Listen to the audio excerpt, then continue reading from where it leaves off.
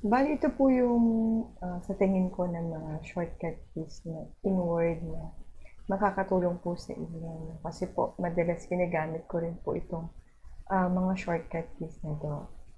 Una po itong open a document. So kung gusto mo pong, mag-open ng document, ang shortcut key po niya ay Control-O.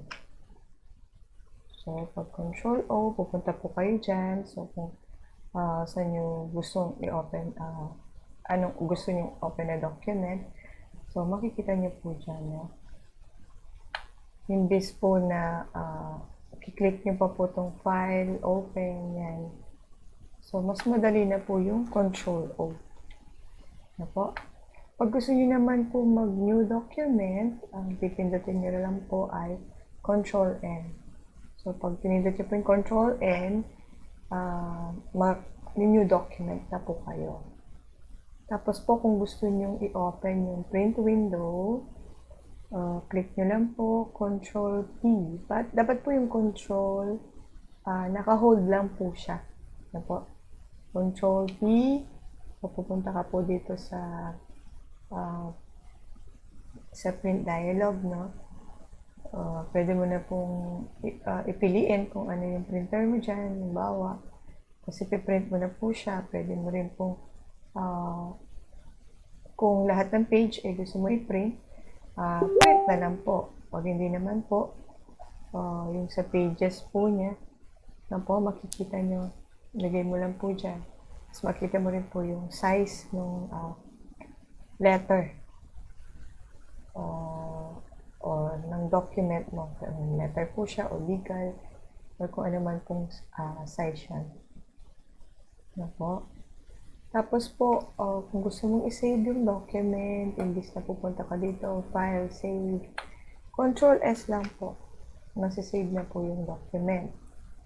Kung gusto mo naman pong i-close, Control W po. Basta po kailangan naka-hold yung Control, tapos W. Ano po. Ito naman pong Control X. So, halimbawa, punta po tayo dito. So, pag kinontrol X mo po yan, naka-cut po siya, no? Kita niyo po, naka-cut yung selected content. Bali po yan, pwede rin po siyang, yung na-cut mo na yon, pwede mo rin po siyang, parang ano din po yun na-copy mo po yun. So, halimbawa gusto mong ilipat dito sa baba, or dito sa bako dito, no? Yan. Enter mo. Gusto mo ilipat dito. Ayan po siya. Makikita mo po siya, no? Yun yung Control X.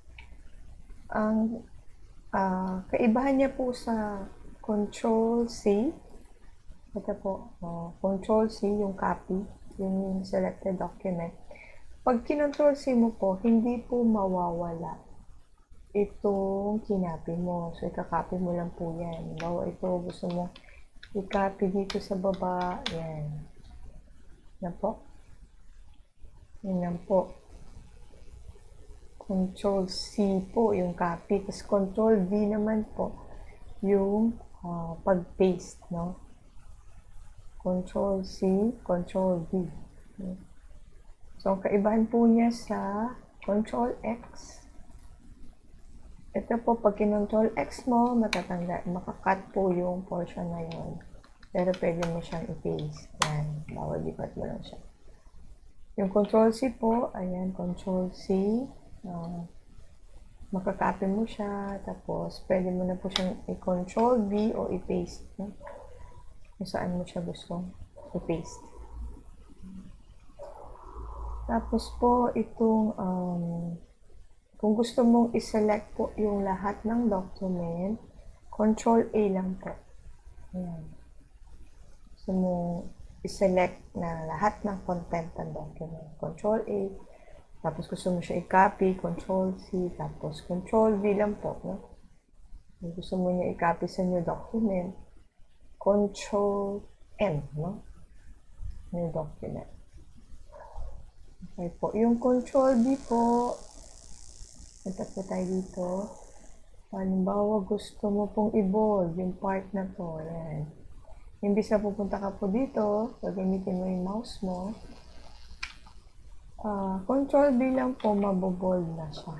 Ano po? Tapos po, pag gusto mo namang i-italic or italicize yung iyong text, Control I lang po. No? Control I. No? Okay. Kung gusto mo pong i-underline lahat, Control U. Yan. Basta yung mga naka-highlights mo lang po. Yung magkakaroon ng linya o mabobold. O ano lang po yung selection mo. Yan. Na po. Control B sa bold. Tapos po, Control I sa italicize. And Control U po pag underline. Ako. Tapos po, sunod po ay yung kung gusto mo pong i-decrease o increase ng 1 point, yung font size po. No? Halimbawa ito. So, bali po, i-control, ayan po, kita mo po dyan yung parang control na parang open and close parenthesis. Parang decrease po, tapos increase siya. So, gawin po natin. Yan po, pag decrease, control, yung parang pong open parenthesis. Tapos po, control, yung close naman po ay mag-i-increase naman po siya ng 1 point. So, mapapansin niyo po dito, no? Ayan po. Nag-i-increase po siya ng 1 point. At nag-i-decrease naman po. Ayan po. Pag gusto mo naman i-decrease na po, control, open at saka close lang po. Parenthesis. Tapos, kung gusto mo pong center, Control E, yung ano mo po, yung text mo. Control L, Control R, tsaka Control J, no po. Yung justify. So, gawin po natin siya. Imbis na pupuntahan mo pa po ito, Control L, left align, center, tapos right, align mo siya sa right, tapos justify, no po. So, ito po, halimbawa, gusto mong i-center, Control E. Sabi po, naka-center siya na po. Gusto mo pong i-left align, Control L. Gusto mo pong right align, Control R. Na po. Tapos po, kung gusto mo yung pantay-pantay po sila dito. No? Kasi dito po tingnan nyo, sa left side, pantay-pantay sila. Sa right side, hindi po. So, kung gusto mo po yung pantay-pantay din po, yung left at saka yung right, i-justify mo lang po. Ano po? Yung justify po is Control J. Yan. So, mapapansin mo po, no? Pantay-pantay na po sila. Yan. Yung right side niya, pantay-pantay na po. Hindi kagaya dito. Dito, hindi po. Po ba? Kung gusto mong mas maganda tingnan, yan po. Tapos po,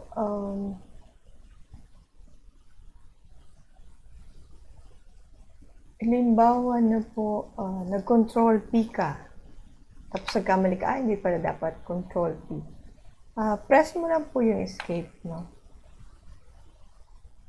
Yan po, yung escape para ma-cancel yung command na ginawa mo. Yan po. Tapos, kung gusto mo po, halimbawa to, no? Yan.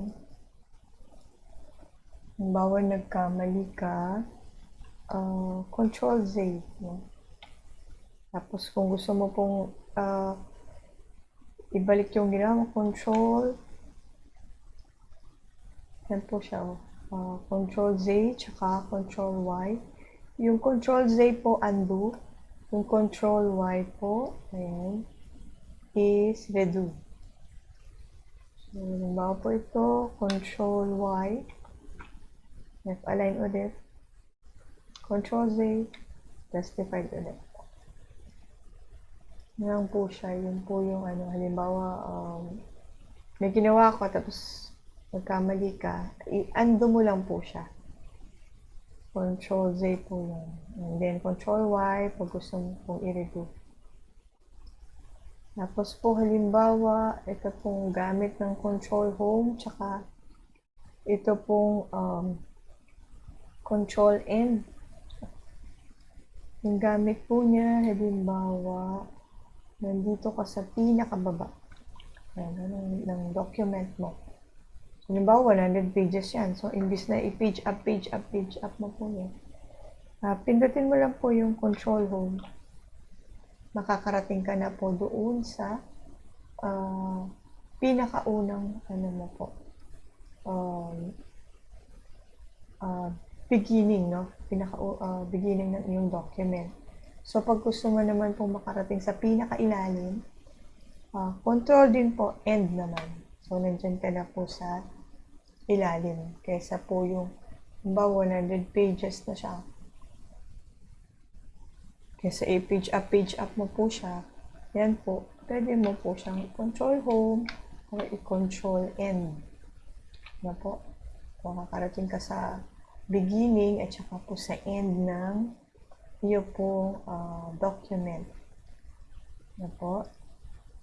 Tapos po, ito naman pong single space, double space, at saka 1.5 line spacing.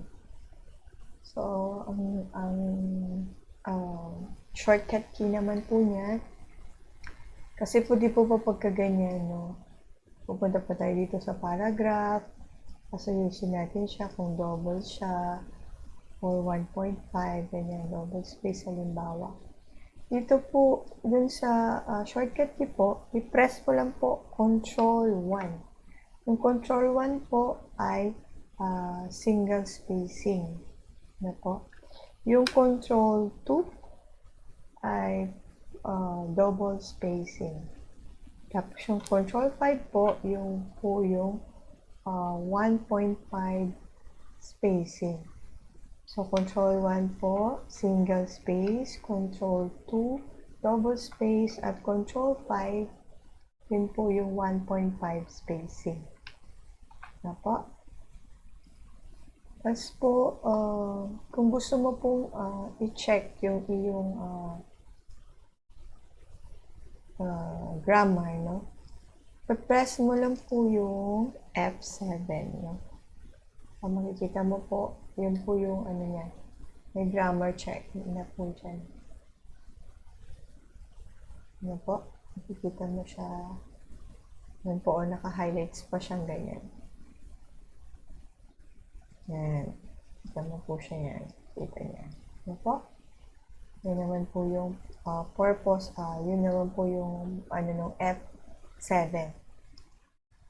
Sunod po natin itong Shift F3. So, ano naman po yung sa Shift F3?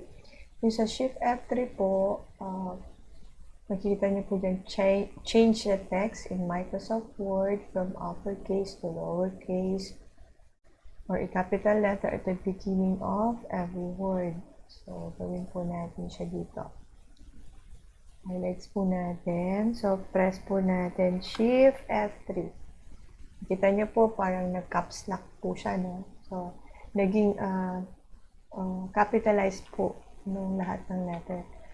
Ano po yung nun, kagandahan nun?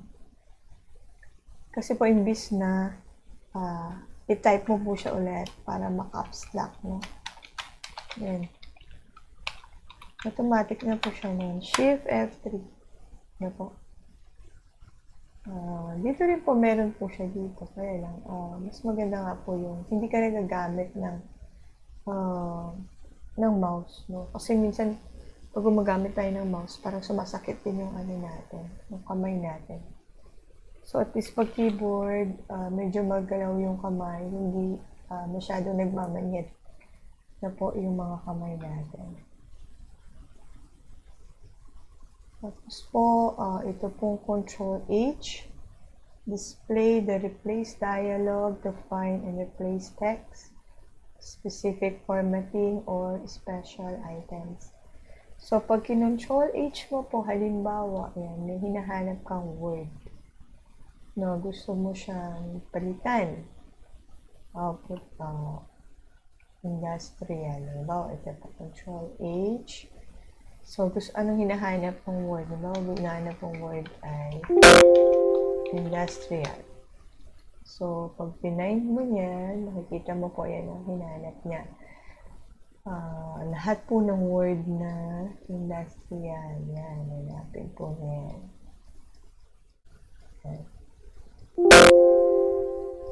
Yun po yung pag-open po niya, no? So, ano naman po yung purpose nitong replace with? Halimbawa, yung industrial, gusto mo palitan yung word na yun, industry, halimbawa lang po, no? So, pag pinind mo siya, makikita niyo po yung industrial, tapos gusto mo siyang i-replace, yan. So, makikita mo po na yung word na industrial, pinalitan niya ng industry. Pag ni-replace mo po, yun lang pong word na yun.